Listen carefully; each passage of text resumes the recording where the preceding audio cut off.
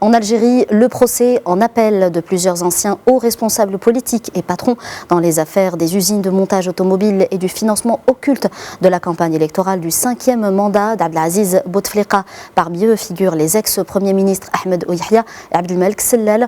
En première instance, ils avaient respectivement été condamnés à 12 et 15 ans de prison ferme. Un procès qui se tient dans un contexte particulier dans ce pays. Comme nous le dit Kader Abdelrahim, je vous propose de l'écouter. Il est spécialiste de l'Algérie.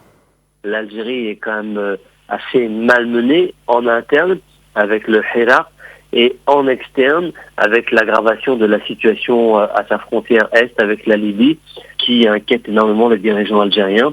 Et donc aujourd'hui, probablement, les deux anciens ministres ainsi que leurs co-accusés, anciens ministres qu'ils soient emprisonnés ou en fuite ou grands patrons, vont probablement voir leur peine confirmée, voire aggravée.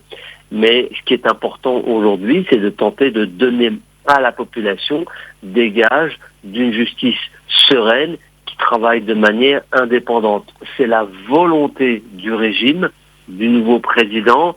Est-ce qu'il y parviendra ? On le verra, on verra la réaction des Algériens. Mais il me semble qu'aujourd'hui, ce qui est important, c'est l'aggravation de la situation à la frontière en raison de la dégradation de la situation en Libye et de la poursuite des combats.